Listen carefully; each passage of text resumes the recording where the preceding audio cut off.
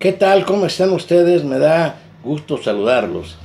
En esta ocasión, más que de hacer una narrativa de la forma en que se dieron los hechos de 1968, donde murieron acribillados, yo no sé cuántos, pero fueron cientos de personas, estudiantes, mucha gente que se adhirió a ese movimiento que desembocaría en una matanza ordenada por Gustavo Díaz al general que en aquel entonces era su jefe del Estado Mayor Presidencial, Luis Gutiérrez Oropeza.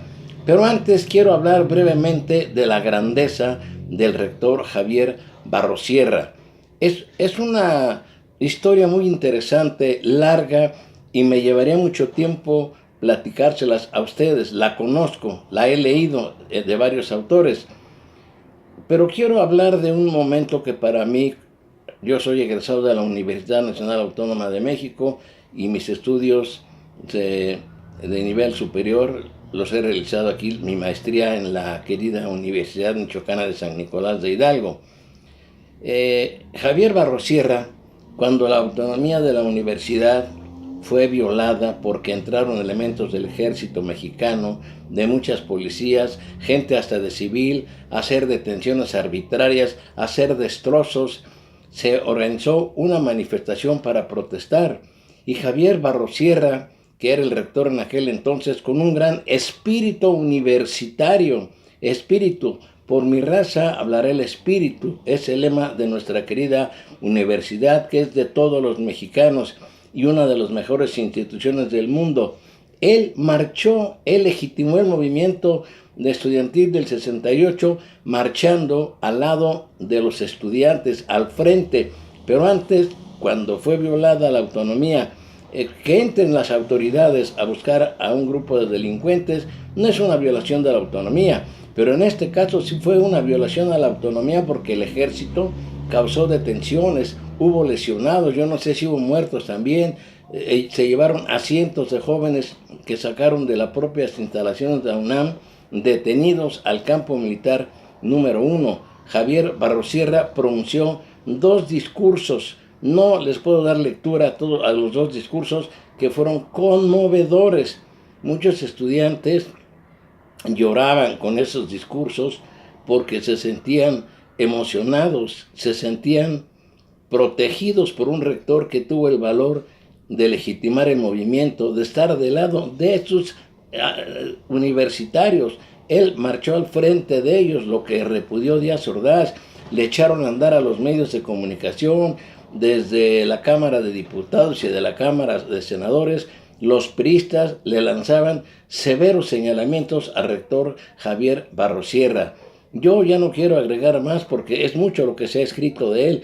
No debemos de olvidarnos de él, no solo de los estudiantes. El nombre del ingeniero Javier Barrosierra también debería de ser inscrito en la Cámara de Diputados, en la Cámara de Senadores, en las cámaras de diputados de todo el país, porque él fue un hombre que tuvo valor a contrapelo de el que era director del Politécnico, que se quedó callado, a pesar de que los politécnicos también entraron en una protesta. Pero yo recuerdo y recordaré siempre la grandeza porque la conozco, la he leído, la he vivido, me he emocionado con los discursos que en aquel entonces pronunció Javier Barrosierra. Yo creo que deben de rendirle un homenaje también al ingeniero Javier Barrosierra. El otro día les hablaba yo de un libro muy interesante que tengo aquí en mis manos y que se los he recomendado. No lo encontraba yo en este revoltijo que tengo de libros, que es escrito por Julio Scherer García y Carlos Monsiváis, ambos ya fallecidos, y se llama Parte de Guerra, Tlatelolco 1968, documentos del general Marcelino García Barragán, los hechos y la historia. Ojalá usted pudiera conseguir este libro para que le diera una lectura, relectura, lo leyera, lo reflexionara y entendiera la brutalidad que llevó a cabo parte del ejército mexicano, fundamentalmente el Estado Mayor Presidencial, bajo las órdenes del general Luis Gutiérrez Oropeza. Esto es un documento maravilloso, extraordinario, porque está basado en documentos personales de varios personajes, hasta del general José Toledo Hernández, que era un represor.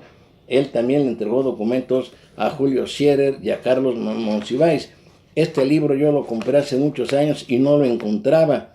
Felizmente lo encontré para mostrárselos a ustedes, acercarlo un poco a mi cámara para que lo vean. Ojalá lo puedan conseguir, lo puedan leer.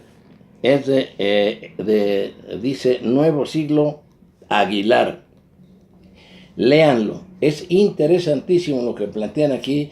El que fuera secretario de la Defensa Nacional en la época de Díaz Ordaz, el general Marcelino García Barragán, que él se opuso a la brutalidad desatada por elementos del Estado Mayor Presidencial.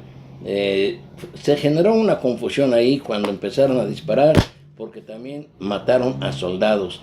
Narran que camiones de redilas recogían cadáveres al por mayor. ¿Y a dónde los llevaban? Al campo militar número 1 para cremarlos.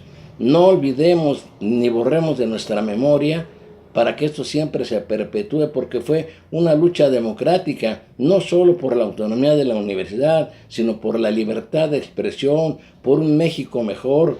Ha habido luchadores grandiosos en este país como Otón Salazar, profesores que engrandecieron su lucha, un Siqueiros, por ejemplo, un Valentín Campa, un Demetrio Vallejo, tantos luchadores sociales que han hecho su esfuerzo porque este país cambie, sea otro, donde haya plenas libertades y respeto a las garantías de los ciudadanos. Por eso yo digo, viva la Universidad Nacional Autónoma de México, y también yo siempre llevaré en mi mente, en mi alma y en mi corazón el recuerdo de todo, hasta me emociono, de todos los que cayeron víctimas de las brutalidades de un presidente no loco, como le llaman Poniatowska. Díaz Ordaz no estaba loco.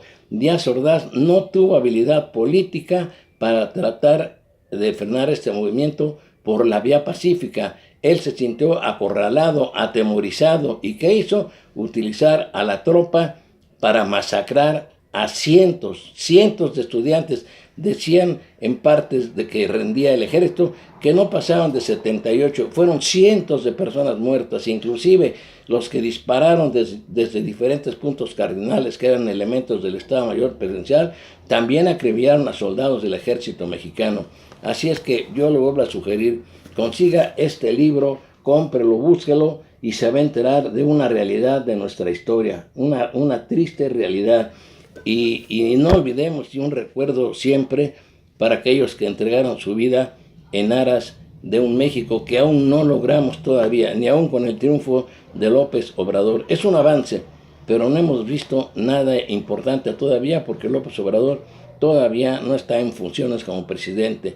Pero no olviden ustedes lo que sucedió en el 68. Las actuales generaciones deben de leer, deben de instruirse, deben de saber esto que forma parte de nuestra historia, esta crueldad, esta actitud sanguinaria, brutal, no de un loco ni de un desquiciado, sino de un hombre que tenía seguramente trastornos de personalidad, tenía miedos terribles porque ya tenía encima las Olimpiadas del 68 y quería que no hubiera más manifestaciones ni problemas, y por eso le ordenó al general Luis Gutiérrez Oropeza que acomodiera lugar, que parara y que matara a quienes estuvieran en ese movimiento a la hora que se concentraron en la Plaza de las Tres Culturas. Y no me cansaré de repetir, viva el maestro, porque era un gran maestro también, que ocupó diferentes cargos, el ex rector Javier Barrosierra, que después fue obligado a renunciar. Y le repito,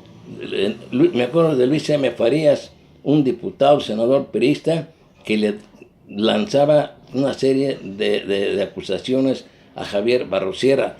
Claro, porque estuvo del lado siempre del movimiento, defendió la libertad de su querida institución, la UNAM, y la libertad de todos los mexicanos. Y como siempre, mis respetos.